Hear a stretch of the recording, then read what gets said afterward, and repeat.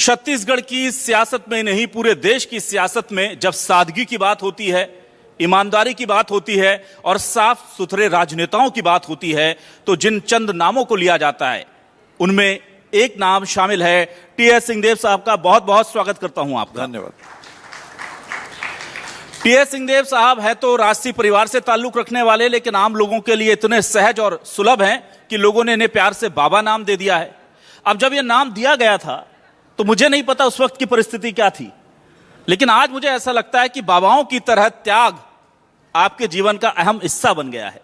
और सियासी त्याग वो तो ऐसा लगता है कि अब लोग उलाहना देते हैं कि भाई आप क्या कर रहे हो। जब भी किसी राजनेता के साथ कुछ ऐसा हो जाता है जिसकी उसे उम्मीद नहीं थी, तो वो आपका नाम या आपका जिक्र छेड़ करके एक प्रतीक बन गए आप त्याग के सियासत में। सबसे पहले तो यही जानना चाहूंगा, ये त्याग कैसे झेल लेते हैं आप, क्योंकि इस इतना सब कुछ होने के बाद कोई ना कोई राजनेता कभी ना कभी ऐसा कुछ कह जाता है, बोल देता है कि जहां अनुशासन टूटता नजर आता है। इतना बड़ा दिल कैसे कर लेते हैं आप? त्याग की बात तो नहीं है, परिस्थिति की बात है। और परिस्थिति अनुसार मैंने जीवन में हमेशा चला है। परिस्थिति बन सके उसको ढालने में पहल करना हो वो ठीक है, लेकिन बहुत ज़्यादा असंतुष्ट होकर बहुत ज़्यादा हाथ पांव चलाना ये मेरे स्वभाव में नहीं। बाबा, आपके बारे में कहा जाता है कि आप बहुत कम बोलते हैं, लेकिन उस कम के अंदर इतनी गुंजाइश छोड़ देते हैं कि बहुत सारी संभावनाएं उसमें बढ़ जाती हैं, बन जाती हैं। और कभी भी हमने देखा है कि बाबा ने अनुशासन की सीमा भी नहीं लांघी और अपनी मन की बात जाहिर ना की हो, ऐसा भी नहीं है। ये कला आपको बहुत अच्छे से आती है। और जैसा कि हमारे सलाहकार संपादक संदीप जी बोल रहे थे कि आप मीडिया के बड़े फेवरेट हैं। अब से कुछ दिनों पहले आपने एक बयान दे दिया, फिर सनसनी मच गई कि कौन नहीं चाहता मुख्यमंत्री बनना। मायने उसके आप स्पष्ट कर दीजिए, सभी लोग अलग अलग मायने लगा रहे हैं, आज मौका है, आप खुद ही बता दें। आज मुझे बना दीजिएगा, बन जाऊंगा। मन में काम करने की भी इच्छा रहती है। दुनिया देखा है, को देखा है, घर की स्थिति को देखा है, फादर को सर्विस में देखा है, मम्मी को गृहिणी के रूप में देखा है, जनप्रतिनिधि के रूप में देखा है, व्यवसाय को देखा है, घर के कामकाज को संवारने की कोशिश की है। तो दुनिया में कई पहलुओं को देखने का अवसर मिला। और जब राजनीति में आए तो कुछ बनने के लिए नहीं, परिस्थितियां जैसी बनी, नगर पालिका का अध्यक्ष मुझे चुन लिया गया, काम करने का मौका मिला और उससे संतोष मिला। 15 साल के दरमियान 5 साल चुनाव नहीं हुए थे, 10 साल नगर पालिका के अध्यक्ष के रूप में काम करने का अवसर मिला।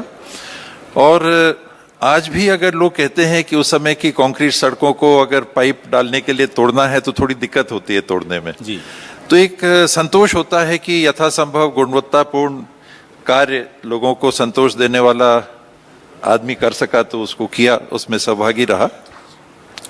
और मुख्यमंत्री की भी जो बात आती है उसमें मेरे लिए वही बात है। मेरे लिए वो पद कोई बहुत मायने नहीं रखता, लेकिन काम करने का मेरे लिए वो एक अवसर है। और अगर मिलता तो अपने जो विचार हैं, अपना जो तरीका है, उसके हिसाब से मैं जरूर प्रयास करता। टीएस सिंहदेव साहब ने छत्तीसगढ़ को बनते देखा, उसके विकास को देखा, और आज हम रजत सम्मेलन उसका कर रहे हैं। न्यूज़ 24 मध्य प्रदेश छत्तीसगढ़ और लल्लूराम.com सबसे पहला आयोजन लेकर के आ रहा है हमारे छत्तीसगढ़ के इस उत्सव का। कैसे परखते हैं छत्तीसगढ़ के विकास को, आप कैसे देखते हैं? कितने सेटिस्फाइड हैं as a Chhattisgarhiya, as a politician और एज अ जिम्मेदार पॉलिटिशियन जिसके हाथों में चीजें थी, आपने अपनी तरफ से कोशिश भी की होगी बदलने की। क्या लगता है, संतोष है जो करना चाहते थे कर पाए, या मन में पीड़ा है कि बहुत कुछ कर सकते थे हो नहीं पाया और मौका मिलना चाहिए? पीड़ा नहीं कहना चाहिए, लेकिन मन में ये भाव तो हमेशा रहता है कि और अच्छा होता तो अच्छा था। और छत्तीसगढ़ बढ़ा है आगे, इसमें कोई दो बातें नहीं है, लेकिन और हो सकता था इन 25 सालों में, ये भी निर्विवाद है। ये साफगोई ही आपकी है जो मुझे हिम्मत दे रही है कि ये सवाल आपसे करूं, क्योंकि मुझे पता है कि इसका सही और वाजिब जवाब आपसे आएगा। हालांकि आपसे पहले सबसे मैंने सवाल किए, पर वो सभी अपनी सियासी परिधि में बंधे हुए थे। छत्तीसगढ़ के विकास में बीजेपी के नेताओं से जब हम पूछते हैं कि किसका योगदान है, वो कहते हैं हमने बनाया है, हम संवार रहे हैं। कांग्रेस को क्रेडिट देना कोई नहीं चाहता। कांग्रेस से पूछते हैं तो वो बीजेपी को क्रेडिट देना नहीं चाहती।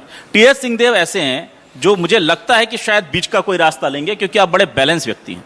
क्या आपको लगता है कि छत्तीसगढ़ आज जहां है सोपान पर, जिस उसमें बीजेपी और कांग्रेस दोनों की या थोड़ी कम ज्यादा किसी की भूमिका है, या आप सिर्फ कांग्रेस को क्रेडिट देंगे? इसमें सत्ता में रहने की अगर बात है तो अगर 25 साल हो रहे हैं तो 15 2 17 साल बीजेपी रही और 8 साल कांग्रेस रही। ये काम करने का मौका मिला है। और दलगत नजरिए से अगर देखें तो पहले मुख्यमंत्री के रूप में जोगी जी रहे और अभी बात हो रही थी 4,000-5,000 करोड़ का बजट था। मुश्किल होता था प्रदेश को चलाना, तनख्वाह इत्यादि देने में भी कठिनाइयां होती थी। हम लोग भी सुनते थे, हम लोग भी ठेकेदार के रूप में भी काम करते थे, चाहे इरिगेशन का हो, चाहे पीडब्ल्यूडी का हो, चाहे तेंदुपत्ता का हो, वन विभाग का हो। पेमेंट की दिक्कतें होती थी। छत्तीसगढ़ बनने के बाद इन परिस्थितियों में अंतर आया। विकास की बात अगर करें तो कितने नेशनल हाईवे उस समय बने थे जो आज हमको कुछ दिखते हैं, अभी भी बहुत गुंजाइश है। तो इन 25 सालों में कांग्रेस के शासनकाल से लेके अभी तक हमने देखा कि इसमें भी सुधार आया। और जैसा मैंने कहा हो सकता था, लेकिन इतना हुआ। ग्लास आप कितना भरा या खाली सोचना चाहें, मैं भरा हुआ सोचने वालों में से हूं। इतना हमने मिला, इतना नहीं हुआ मैं कम सोचता हूं, इतना हुआ। मैं बस यही जानना चाहता हूं कि जो जितना भरा है वो भरा किसने, बीजेपी ने या कांग्रेस ने? ये सरकार ने भरा। कोई एक क्रेडिट लेना चाहे तो मैं समझता हूं कि सबसे पहली कमी वहीं आती है कि आपका नजरिया अपने लिए है, छत्तीसगढ़ के लिए नहीं है। आपका नजरिया और व्यापक होना चाहिए और किसी सीमित दृष्टिकोण में, पार्टी के दृष्टिकोण में सीमित नहीं रहना चाहिए। पार्टी की विचारधारा हो सकती है, लेकिन पार्टी की विचारधारा का लक्ष्य क्या होना चाहिए? वो छत्तीसगढ़ का विकास, और वो किसी भी क्षेत्र में हो, स्वास्थ्य के क्षेत्र में हो, शिक्षा के क्षेत्र में हो, अधोसंरचना के क्षेत्र में हो, नौकरियों की व्यवस्था के क्षेत्र में हो, प्रति व्यक्ति आय के परिस्थिति में हो। ध्यान इधर होना चाहिए। क्रेडिट लेने वाली बात मुझे छोटी लगती है। कोई भी ले, कांग्रेस ले चाहे भाजपा ले, मुझे उसमें छोटापन लगता है। पीएम मोदी लगातार कहते हैं कि छत्तीसगढ़ को लेकर के हमारी विशेष फोकस है, नक्सलवाद को वो खत्म कर रहे हैं। अब कांग्रेस से ज्यादा बड़ा दंश किसी ने झेला नहीं। अब नक्सलवाद जब खात्मे की तरफ है तो कैसा लगता है आपको, और क्या लगता है ये पहले हो सकता था, या आपको लगता है ये हर चीज का एक वक्त मुकर्रर होता है, इच्छा शक्ति होती है, दृढ़ शक्ति होती है, और पहले जो कहा जाता है शहरी नेटवर्क खत्म किया गया, अर्बन नक्सलाइट्स को खत्म किया गया, और अब हमने उनकी रीढ़ पर वार किया है? अर्बन नक्सलाइट्स मेरे ख्याल से शगुफा ज्यादा है, वास्तविकता कम।